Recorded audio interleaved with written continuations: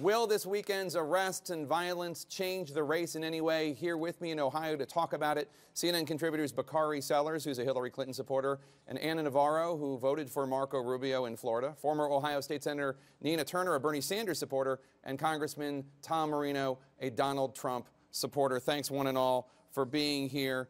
I'll start with you, Congressman. What do you say to people who say Donald Trump at these rallies is encouraging violence? I simply say that Donald Trump is a man that speaks what he feels. And when he speaks what he feels, he's tapping into, obviously, people who are going to come out and vote for him. Now, I don't promote violence. I certainly don't promote someone stopping another group or entity from exercising their First Amendment rights. And Donald has even said that we have to stop the violence. He stopped it in Chicago before it got to a level that I think it may have gotten to. And I think because of people being planted there. MoveOn.org is very clear about they want to be disruptive about these. But he was smart enough to shut it down, but he's talking about what people care about. You know, I come from a rural district. I come from a blue-collar family, and I didn't go to college until 2 weeks after my 30th birthday. I worked in a factory until I was 30. And my wife and I put me through college and law school. And I know what it was like to live from paycheck to paycheck and stretch a buck into next week. And it's difficult, and people are suffering that way now. Donald Trump is feeling that, and he knows it's hurting the American people. People in my district are frustrated with insider Washington people. They're with policymakers that make policies just for them. They're frustrated with Wall Street, the guys who manipulate the market to make money for them. Right. But who comes up short is Main Street, the people in my district. And the following that he has is just going to grow. And each time these people get there and start fights and start interrupting his campaign, it's just going to grow even more. And Anna, I would just want to ask you about this because Marco Rubio sounded full of despair this morning and also said he was very concerned that before this is over, somebody is going to lose their life. You know, I could identify and sympathize with every word that was coming out of Marco's mouth because both Marco and I come from a community that is full of political exiles, that has seen strong men rise in countries in Latin America. And I think we are very concerned about it. When we see a Donald Trump and that kind of populism and that kind of negative rhetoric, I think it brings back very bad memories for anybody that, like me, or like Marco's parents, had to flee that kind of populism in our home countries. Look, here's the thing. Donald Trump is no longer the host of The Apprentice. He is now the front runner for the Republican nomination. It is time that he grows into this position. It is time that he starts acting presidential. Is it so hard for his campaign manager to tell the reporter from a right-wing blog that supports him, that has now charged him with alleged assault on her? Listen, I'm sorry. I don't know what happened. Things got out of control, but I am sorry. Is it so hard for him to make a distinction between being politically correct and being civil? Is it so hard for him to call for unity? Is he running to be the president of a faction of the Republican Party, or is he running to be the president of the United States of America? Every Republican, every single Republican, if we love the democratic process, if we love our party, if we love our country, should be calling today for civility from every single candidate, and that includes you, sir. Let me ask you, Nina.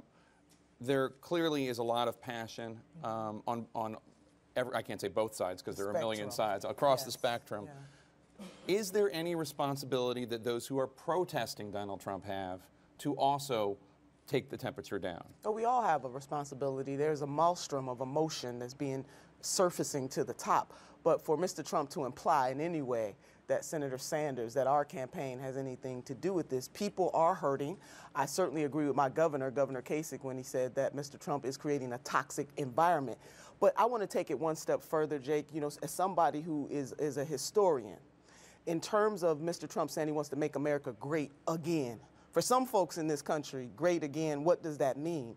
we really do have to deal with the underlying factors of racism in this country that we refuse to deal with. And although Mr. Trump is helping that to percolate to the surface, this is not just about him. We need to look at the men and the women in the mirror in this country to understand why these feelings, why somebody is going to hit, an elderly gentleman hit a young African-American man who was being taken out by the police. And what do the police do? Instead of turning to that elderly gentleman and arresting him for assault, they continue to push the young African-American out of the door. Although so they did arrest him the next day. But Jake, they didn't do it. You're right, though. No, you're right. I'm with you. For the record, they did, but they didn't do it right then. So this is racism is in the DNA of this country, and we're seeing it percolate up to the surface. We have moments like this in our history. Even when President Obama was elected, that kind of stuff percolated to the top. And the chickens are coming home to roost. It is ironic to me that some of the same Republicans right now, some of them who are calling out Mr. Trump, did not call him out when he pushed the birther movement on our African-American president, President Barack Obama. They were nowhere to be found. They thought it was cute. Now that it's plaguing their house, it's not so cute anymore. Bakari? I mean, I think that Donald Trump's rhetoric is dangerous. I think that Donald Trump is a political arsonist. I think that what we're seeing right now is that every action has an equal and opposite reaction. And what he's doing is that dangerous. I was speaking to my father about the fact that I wanted to go see a Donald Trump rally. And when my father, who is over 70 years old, who actually got shot in the civil rights movement, said no, because I've seen this before, because I've seen this type of climate, because I've seen this type of rhetoric before, and I don't want you in that environment, it speaks to me. It's very profound. And I think that we need to take a step back. I think that everyone, and I was very pleased to hear, this is not the first time that Anna's actually given this pledge and this plea to her fellow Republicans. But as a country, we have to unite. We have to get bigger than this. It's not about the protesters. Yeah. This is about Donald Trump and Donald Trump's rhetoric that is dangerous for the fabric of this country. And Donald Trump is not a racist. He's something even more dangerous because he's utilizing racism to build his movement. And I think that is something, when you have knowledge of it, and when you're playing to the lowest common denominator of racism and hate, and yes, we have people who are angry in this country, but we do not have to speak to those tenets. And for me, that's very fearful, and it reminds me of a part of this country that I want to make America great again, but there's certain elements I don't want to go back to. Right. Congressman, I'll give you the last word. As we see throughout the campaigns, throughout the protests, Donald Trump has stepped up and said, we're not going to tolerate this. And he means not from the point from anyone on his side, anyone on any other candidate's side. And he really, truly is addressing the issues that the American people are concerned about. And he's going to continue to address the issues of, let's keep this peaceful. I'm not going to stand for it. And he's going to win the nomination, and I believe he's going to beat Hillary. Does it concern you at all, sir, when you hear Donald Trump say things like, punch him in the face, or carry him out on a stretcher, or go after the guy, and if you do, I'll pay your legal bills? I mean, he has said those things. He has said those, but look, I don't agree with Donald on everything. And I'm not one to speak like that.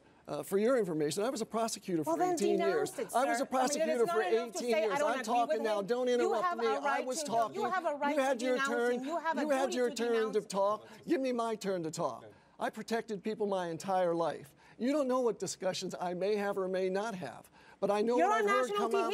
I know what Donald Trump has said recently, and he's going to continue to say that. And I said before, I don't condone violence. I'm not going to condone it, and I'm going to stand up and speak that let's knock this off. See, here's my problem. I don't know what Kool-Aid the Donald Trump supporters drink, but if they don't agree, it's not enough not to agree. If they have a national platform, denounce it and call for civility. Thank you very much.